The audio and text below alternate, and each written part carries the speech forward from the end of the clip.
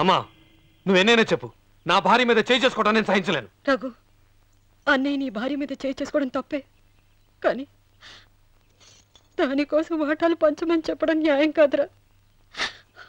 నాన్న అన్నయ్యని కూడా తన వాటా తీసుకుని వెళ్ళిపోమంటున్నారు.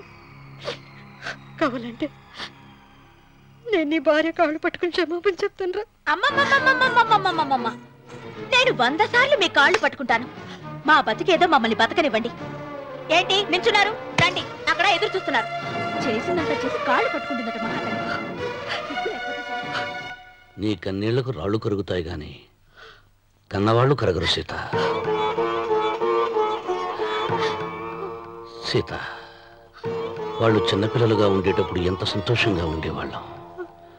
వాళ్ళు పెరుగుతుంటే ఆ సంతోషం తరిగిపోతూ ఉంటుంది.